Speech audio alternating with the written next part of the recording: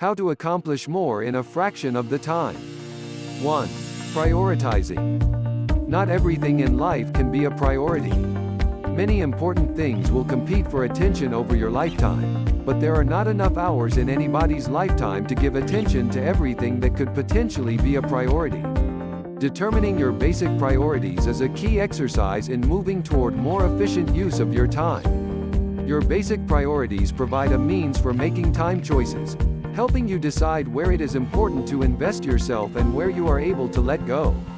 Setting priorities is a matter of deciding what is very important. In this case, important means significant to you. What activities and roles give your life meaning? These are the components of your life where you would like to succeed the most. Not everything in your life can be a priority. Many important things will compete for attention over your lifetime, but there are not enough hours in anybody's lifetime to give attention to everything that could potentially be a priority. Determining your basic priorities is a key exercise in moving toward more efficient use of your time. Your basic priorities provide a means for making time choices, helping you decide where it is important to invest yourself and where you are able to let go. On a daily basis, you also have to learn to set task priorities. Prioritizing tasks includes 2 steps: recognizing what needs to be done, deciding on the order in which to do the tasks. How do you determine what work needs to be done? For the most part, it relates back to your basic priorities. To be efficient in your time use, you have to weed out the work that does not fit with your basic priorities. Learn to say no to jobs that look interesting and may even provide a secure sense of accomplishment but do not fit with your basic priorities. You also have to be able to separate out the tasks that require busy work that tends to eat away at your time. Many tasks that fill your day may not really need doing at all or could be done less frequently. Task prioritizing means working on the most significant tasks first, regardless how tempted you are to less significant tasks out of the way. Certain skills help in using time effectively. Most of these skills are mental. While it is not necessary to develop all of the skills, each contributes to your ability to direct time usage. Time sense is the skill of estimating how long a task will take to accomplish. A good sense of time will help you be more realistic in planning your activities. It helps prevent the frustration of never having quite enough time to accomplish tasks. To increase your time sense, begin by making mental notes of how long it actually takes to do certain routine tasks like getting ready in the morning, running a load of laundry, or delivering your child across town to baseball practice. Goal setting is the skill of deciding where you want to be at the end of a specific time. Goal setting gives direction to your morning, your day, your week, and your lifetime. The exercise on deciding your lifetime priorities is a form of goal setting. Learn to write down your goals. If you are like most people, goals are just wishes until you write them down. Keep your goals specific, as in, weed the flower beds in front of the house, rather than work on the yard. Keep your goals realistic or you will continually be frustrated by a sense of failure. Standard shifting is adjusting your standards as circumstances change. Your standards are what you use to judge whether something is good enough, clean enough, pretty enough, done well enough. Perfectionists have very high, rigid standards, and they have trouble adjusting to the changing demands or circumstances of their life. Develop the ability to shift standards so you can be satisfied with less than perfect when your time demands are high, instead of feeling as if you are somehow falling short. Time planning is outlining ahead of time the work you need to be done in a specific period. Sometimes time planning is as simple as writing out a to-do list to ease your mind from holding on to too much detail. At particularly stressful times, the to-do list may expand to include a more specific calendar of when tasks will be done. While a detailed time schedule can be too confining to use all of the time, it is a good way to take the pressure off at exceptionally demanding times. Recognizing procrastination is a skill in itself because procrastinators can do an incredible job of hiding their procrastination from themselves. Procrastination is needlessly postponing decisions or actions. You might disguise the procrastination response with an excuse like waiting for inspiration, or needing a large block of time to concentrate with your full attention, or needing more information before tackling a project. It takes skill to differentiate between procrastination excuses and legitimate reasons for delaying a decision or action. Without the ability to recognize when you are procrastinating, there is little chance of overcoming this immobilizing habit. 2. Tips to help you prioritize. Here are some tips to help you prioritize. It is important to use these tips on a regular basis to help remain focused. Each of these techniques can help you in getting closer to your goal of becoming more effective with your time. Each of these techniques can help you in getting closer to your goal of becoming more effective with your time. 1. Assume ownership of your time. Most individuals would be surprised if somebody reached in their wallet without asking and helped themselves to the money found there. But how different is that from letting other people help themselves to your time? Take possession of your own time and do not allow other people to make commitments of your time without your permission. It is not selfish to keep other people from consuming your time. Give your time freely when you want, but do not make the mistake of undervaluing this resource, or feeling guilty when you do not allow other people to waste it. Think of a time lately when somebody wasted your time. How could you have dealt with the situation better? 2. Prioritize. Continually check yourself to see that you're working on the most significant things. Helping your child talk through a problem she is having, or discussing the day's events with a spouse or friend may be more significant than getting the dishes done or a load of laundry completed. Do not think of priorities only as tasks that need doing. As you remind yourself to direct yourself to the most important tasks first, you will find yourself letting go of tasks that really did not need to be done in the first place. 3. Learn to say no. It is not that saying the word is so difficult. It's more the feeling of guilt that many women experience as soon as they use the word. Try centering on the significant things that will be done because you used that two-letter word to decline something which was not a part of your priorities.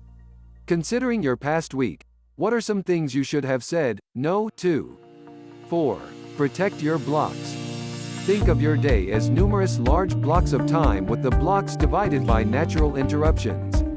Where you have control, keep your blocks whole, scheduling appointments and meetings, running errands at the beginning or end of a block instead of in the middle.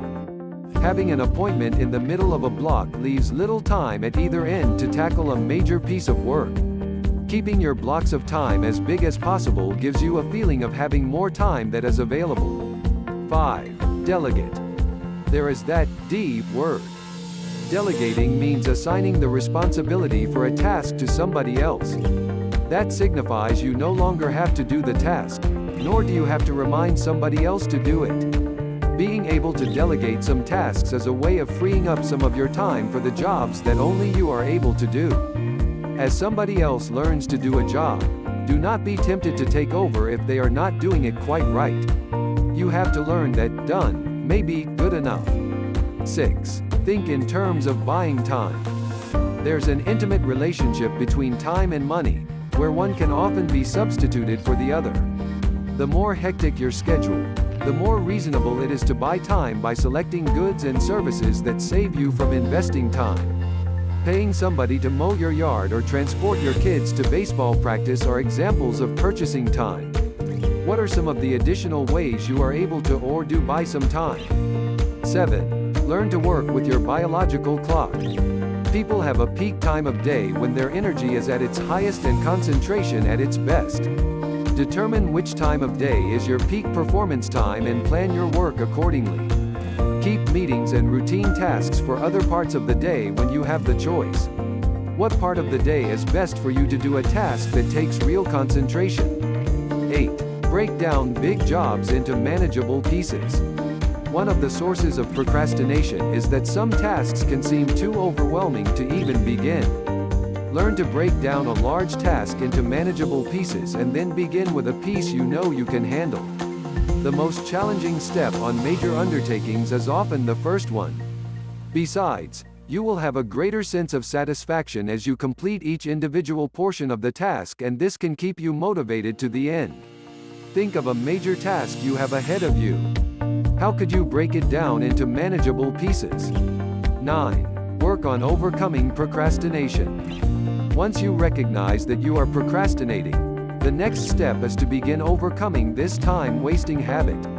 In addition, procrastination is a habit, a habitual way of dealing with tasks you find distasteful or that make you fearful of failure.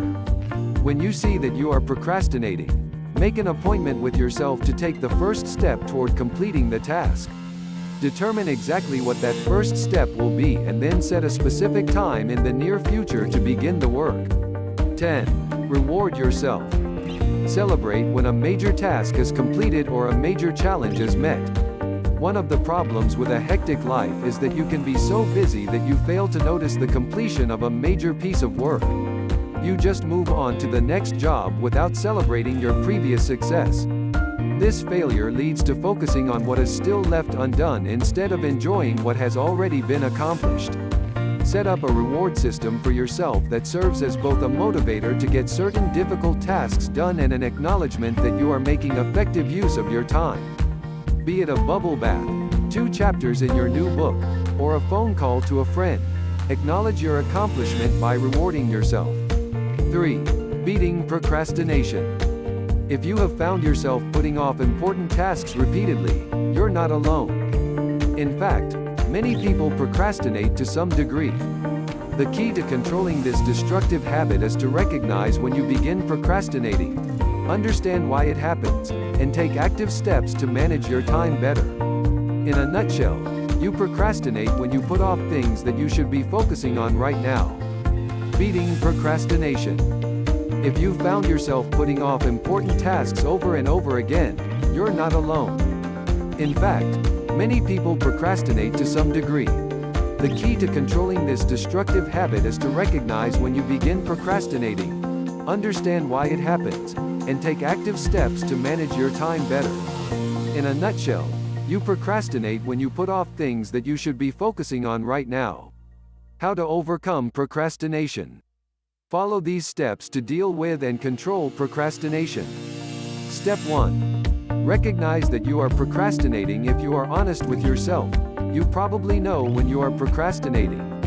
Here are some useful indicators that will help you know when you are procrastinating. Filling your day with low-priority tasks from your to-do list. Reading emails several times without starting work on them or deciding what you are going to do with them. Sitting down to start a high-priority task, and almost instantly going off to make a cup of coffee. Leaving an item on your to-do list for a while, even though you know it is important. Regularly saying yes to unimportant tasks that other people ask you to do, and filling your time with these rather than getting on with the important tasks already on your list. Waiting for the right mood, or the right time, to tackle the important task. Step 2. Adopt anti-procrastination strategies. Procrastination is a habit, a deeply ingrained pattern of behavior. That means that you will not just break it overnight. Habits only stop being habits when you have persistently stopped practicing them, so use as many approaches as possible to maximize your chances of beating procrastination. Some tips will work better for some people than for others, and for some tasks than others.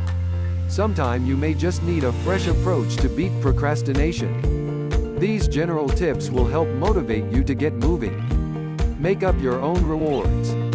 For instance, promise yourself a piece of tasty flapjack at lunchtime if you have completed a certain task. In addition, make sure you notice how good it feels to finish things. Ask someone else to check up on you. Peer pressure works. This is the principle behind slimming and other self-help groups, and it is widely recognized as a highly effective approach. Identify the unpleasant consequences of not doing the task. Work out the cost of your time to your employer. As your employers are paying you to do the things that they think are important, you're not delivering value for money if you're not doing those things. Shame yourself into getting going. Aim to eat an elephant beetle, first thing, every day. Remember, the longer you are able to spend without procrastinating, the greater your chances of breaking this destructive habit for good. 4. Tips for staying focused. Some might say it is because we do not have the necessary willpower to accomplish what we set out to do. Some say it is because we are too busy or too overwhelmed to take action on our resolution. My guess is it could be any of those things, but it is more likely that you have just started down a path without your compass and you have started to lose your way. Rather than rattling off a list of things you should do for whatever reason, sit down and think about what it is you really want to achieve and set a solid intention for accomplishing your goal. I also suggest that you focus on only one or two intentions at a time.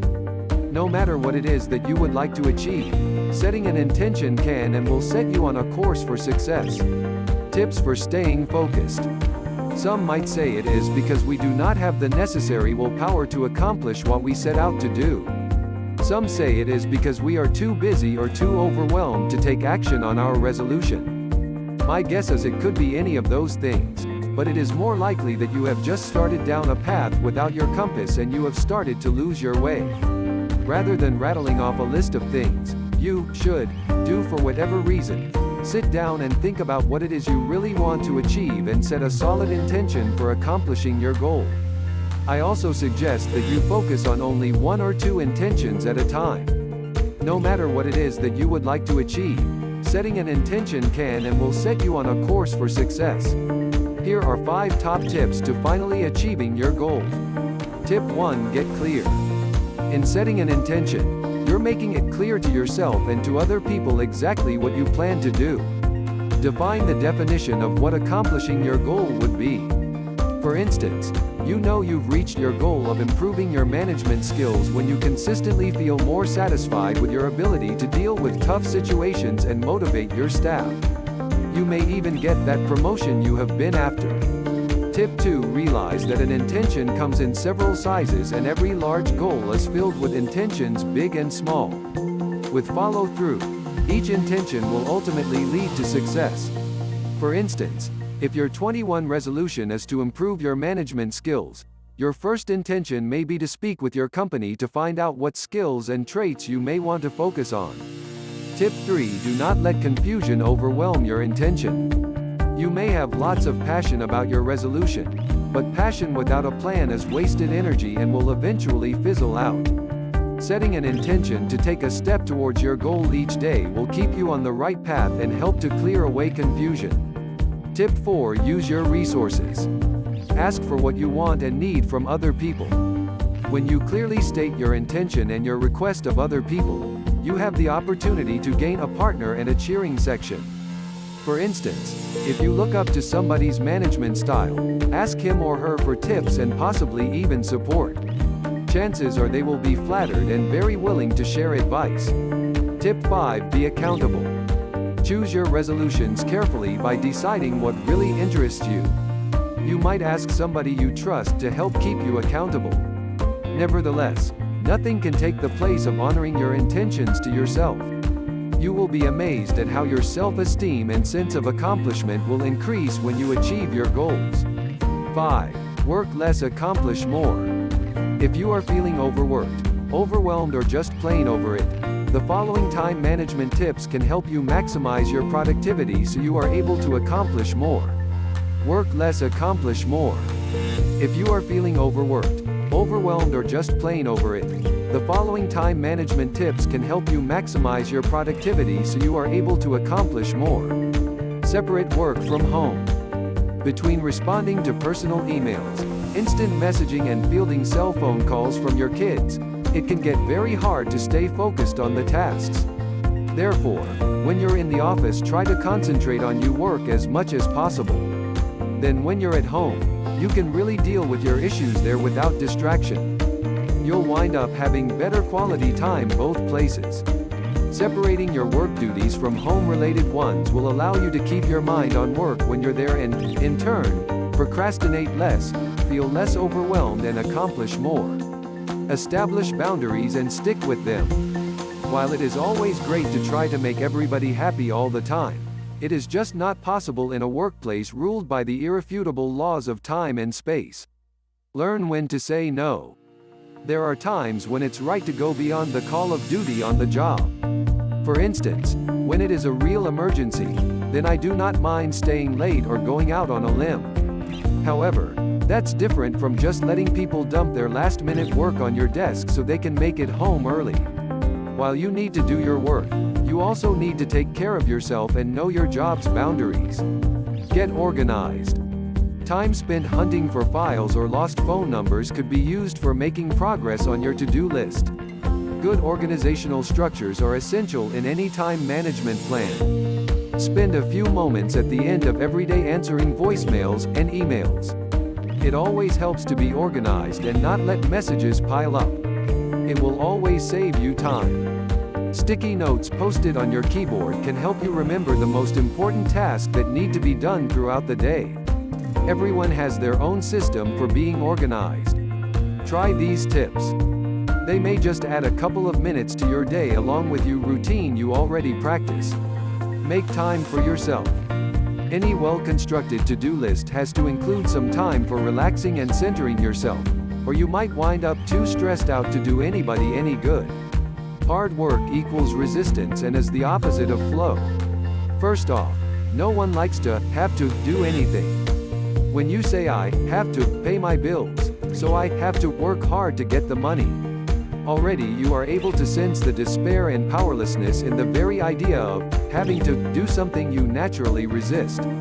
When you have to do anything, you're in a state of resistance. You are fighting the natural flow by pointing yourself upstream, resisting. After a few decades of this resistance, you are able to see how some individuals eventually burn out, lose their perspective, lose joy, create sickness and ultimately lose life itself. No, having to work hard to get what we want isn't the answer. Grinding away at something is the root cause of all disappointments in life. Turn this idea around. Discover and pursue your path of least resistance. What do you love? I mean really love. What do you like to play at? What are you effortlessly good at? What activity excites you to an extent that when you're engaged in it, you actually lose your awareness of time? Think about these questions deeply. Within this idea of play, is the seed of joyous, easy, relaxed, natural, lazy creation. There's no working when you're engaged in an activity you feel you were born to do. If you have an idea that you love to play with, do you force yourself to play with it? Of course not. You are naturally drawn to it. You're lovingly engaged in it. Things are easy. There's no work involved and the results of your creation seem almost heaven-sent. Your whole life must reflect what you're naturally drawn to do. It is essential to accomplishing your heart's desire. Do not trade one more second of your precious life energy working hard at achieving your goals. Discover your greatest gifts that have been with you since the day you were born and use them to create value in a simple and relaxed way. Everything you need to create your success is already within you. Any useful idea that has elevated the life experience of individuals has come about because people would like to avoid having to do hard work. All our innovations throughout history have been created to make life easier and better. Hard work is counterproductive to the direction of growth and life expanding. Hard work shuts off the flow of creative, inspired energy. Hard work isn't in alignment with the laws of creation. You're made of the same stuff and this natural law applies to you wittingly or unwittingly. You'll never become healthy, wealthy and wise. Keeping your nose to the grindstone. Pushing the ball uphill. Working your fingers to the bone. Going to a salt mine. Spending the day with a slave driver. There's an easier, lazy, do-nothing way to create the life you have always desired. You must engage yourself in what you love, play and have fun with. Play with everything. If it is not fun, and feels like hard work, you're decreasing your potential for creating massive success in your life. Align your focus and attention to only that which you love. Then find partners who love doing the activities you resist doing. When you put it all together, you will take a quantum leap in your power to create what you desire. 6. Equanimity. What is equanimity? Philosophy teaches us to bear with equanimity the bad luck of other people. Merriam-Webster defines equanimity as an evenness of mind under stress, a habit of mind that's rarely disturbed under great strain. A controlling of emotional or mental agitation through will and habit. A steadiness when facing strain. Equanimity is a practice, most often discussed in Buddhist and Sufi traditions. Equanimity is the base for wisdom and freedom and for compassion and love. Few individuals are capable of expressing with equanimity opinions that differ from the prejudices of their social environment. Most individuals are even incapable of forming such opinions. What does equanimity look like? Equanimity is the capacity to stay neutral, to observe from a distance, and be at peace without getting caught up in what we observe. It is the capacity to see the big picture with understanding and without reacting, for instance, to another's words, ideology, perspective, position, premise, or philosophy. Essentially, we take nothing personally. Refuse to be caught up in the drama our own or other people's. Equanimity allows us to stand in the midst of conflict or crisis in a way where we are balanced, grounded and centered.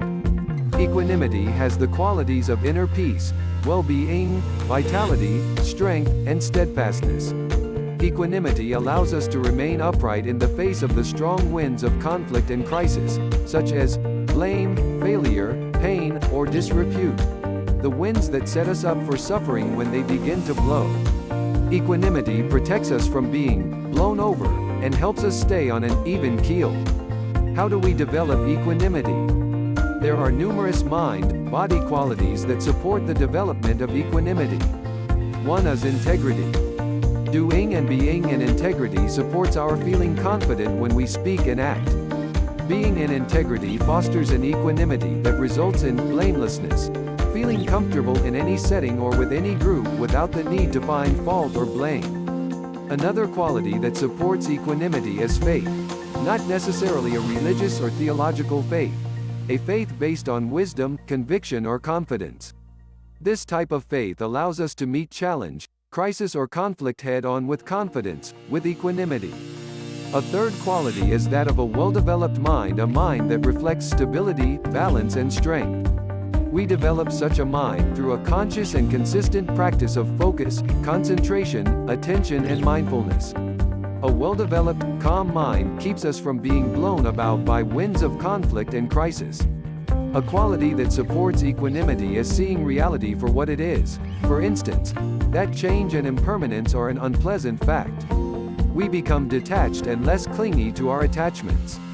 This means letting go of negative judgments about our experience and replacing them with an attitude of loving kindness or acceptance and a compassionate matter-of-factness. The more we become detached, the deeper we experience equanimity. The final quality is letting go of our need to be reactive so we can witness, watch and observe without needing to get caught up in the fray. The winds, maintaining a consistent relaxed state within our body as sensations move through. Equanimity, thus, has two aspects: the power of reflection and an inner balance, both of which support one to be mindful, awake, aware and conscious. The greater the degree we are mindful, the greater our capacity for equanimity. The greater our equanimity, the greater our ability to remain steady and balanced as we navigate through the rough waters and gusty winds of change, challenge and conflict. What happens when we are out of balance, lacking equanimity? In our everyday physical world, when we lose our balance, we fall. In our emotional world, we stuff our feelings and emotions, deny them or contract around them. Or we identify with a particular thought, feeling or emotion, hold on to it rather than allow it to flow through us or pass like a cloud in the sky. The middle ground is equanimity, the state of non-interference. Equanimity allows for a deeper, more fulfilling experience. As we develop our capacity for equanimity, we can begin to notice when we drop into a state of equanimity. Being aware of our experience, we can explore the state, and this practice will lead to more frequent and deeper states of equanimity. What we find with such practice is that people, events, and circumstances that once caused us to be reactive no longer have any charge, and we are more and more able to let go and feel less bothered. We suffer less. 7. Using affirmations. If you use affirmations, make it a point to use them frequently and do not stop using them even if your situation is getting better. The more you use affirmations, the better the situation. There are affirmations for every type of situation. Priorities, procrastination, focus, and serenity are just a few. Here are some affirmations that may help you throughout your day. Affirmations. If you use affirmations, make it a point to use them frequently and do not stop using them even if your situation is getting better. The more you use affirmations, the better the situation. There are affirmations for every type of situation. Priorities, procrastination, focus, and serenity are just a few. Here are some affirmations that may help you throughout your day. Prioritizing. I am entitled to live a calm life, full of joy and order. I set realistic goals, remembering that my first priority is myself. I schedule tasks at the right pace for me. I proactively decide what tasks I should do first and which are more important. I take something off my schedule before I add one on. I make time for anything new that I bring into my life. I find no need to hoard my time on one specific thing. I am able to delegate the tasks that I cannot, or should not, be doing. I make time for play and rest and do not allow myself to work non-stop. I accept my progress because it is at my own pace. I know that my patience, tolerance, and efforts help me learn and grow to be a stronger version of me. I am gentle with my efforts, knowing that my new way of living requires much practice and patience. Procrastination. I take the action and leave the outcome up to God. There is no try, only do. My desire to get on with things is stronger than my desire to procrastinate. Procrastination is my enemy. I take action towards my goals daily. I enjoy the success of finishing a task. I choose to start this task with a small, imperfect step. I will feel terrific and have plenty of time for play. I look forward to getting things done. Among everything I do, I love working the most. Focus. I am alert and attentive at all times. I am always focused on what I am doing. I am attentive and observant throughout my day. I am aware and present at all times. I am calm and focused in all that I do. I am completely absorbed in the present moment. I am completely focused on what I am doing. I am easily absorbed by all that I do. I am fascinated and involved in every task I perform. I am focused and relaxed in all that I do. I am fully focused and present in all interactions with others. Serenity. I have peace of mind at all times. No matter what I am faced with, I will remain calm. I have inner peace. My mind is always in a calm, loving place. Wrapping up. Generally, when we make progress in life, it is because life presses on us to move forward. Seldom is it because of our own conscious choice and initiative. Over the long course of our lives, such forced advancement occurs in unpredictable ways, sometimes through happy, but often through unhappy experiences. Surely, this is not the most effective way to progress in life. Yet that is the way the overwhelming majority of us progress in life. We call such inefficient, unpredictable, life-meandering progress. However, with this book and these tips, we can consciously change our behavior without the added stress. We can have balance and success in life. In addition, we can get our priorities in line and keep them there. What is stopping you from grabbing those extra minutes and hours in your day? The only answer is you. So get out of your way and start accomplishing more by doing less. Thanks for watching. Let us know in the comments what do you think about how to accomplish more in a fraction of the time and how you can begin implementing it ASAP. We hope you enjoy it, and if you do, please smash the like button and the subscribe button. Thank you.